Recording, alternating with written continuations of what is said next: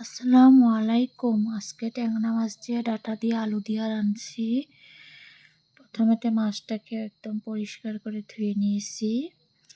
তারপরে মাছটাকে ভেজে রেখে দিয়েছি। তারপরে কড়াইতে তেল দিয়ে তারপরে পেঁয়াজ দিয়ে দিয়েছি। পেঁয়াজটা একটু লাল লাল হয়ে যাওয়ার পরে একটা মশলা বেটে রাখছিলাম, আদা রসুন কাঁচামরিচ আর একটু জিরা ধনিয়া দিছি না। তারপরে এখানে হলুদের গুঁড়া আর নুন দিয়া মশলাটাকে ভাজা ভাজা করছি। ভাজতে ভাজতে একটু টাইম উপর তেল উঠে এসেছে।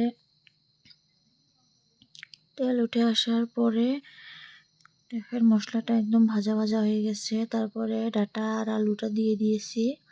দুইটা আলু আর একটু ডাঁটা দিয়ে দিয়েছি। দিয়ে ভালো করে নেড়ে চেড়ে তারপরে এটাকে ঢেকে রেখে দিয়েছি অল্প টাইম কষানোর জন্য। কষানো হয়ে গেছে। এখন এটাকে ভালো করে নাড়বো। নাড়ার পরে এটাকে এখন পানি দিয়ে দিব। পানি দেওয়ার পরে এটাকে আর ভালো করে একটু নেড়ে তারপরে ঢেকে দিব।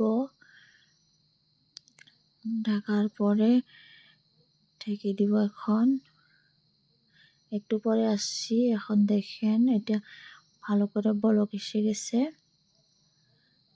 তারপরে এটাকে একটু নেড়ে চেড়ে এটার উপরে ভাজা মাছগুলো দিয়ে দিব, ট্যাংরা মাছ।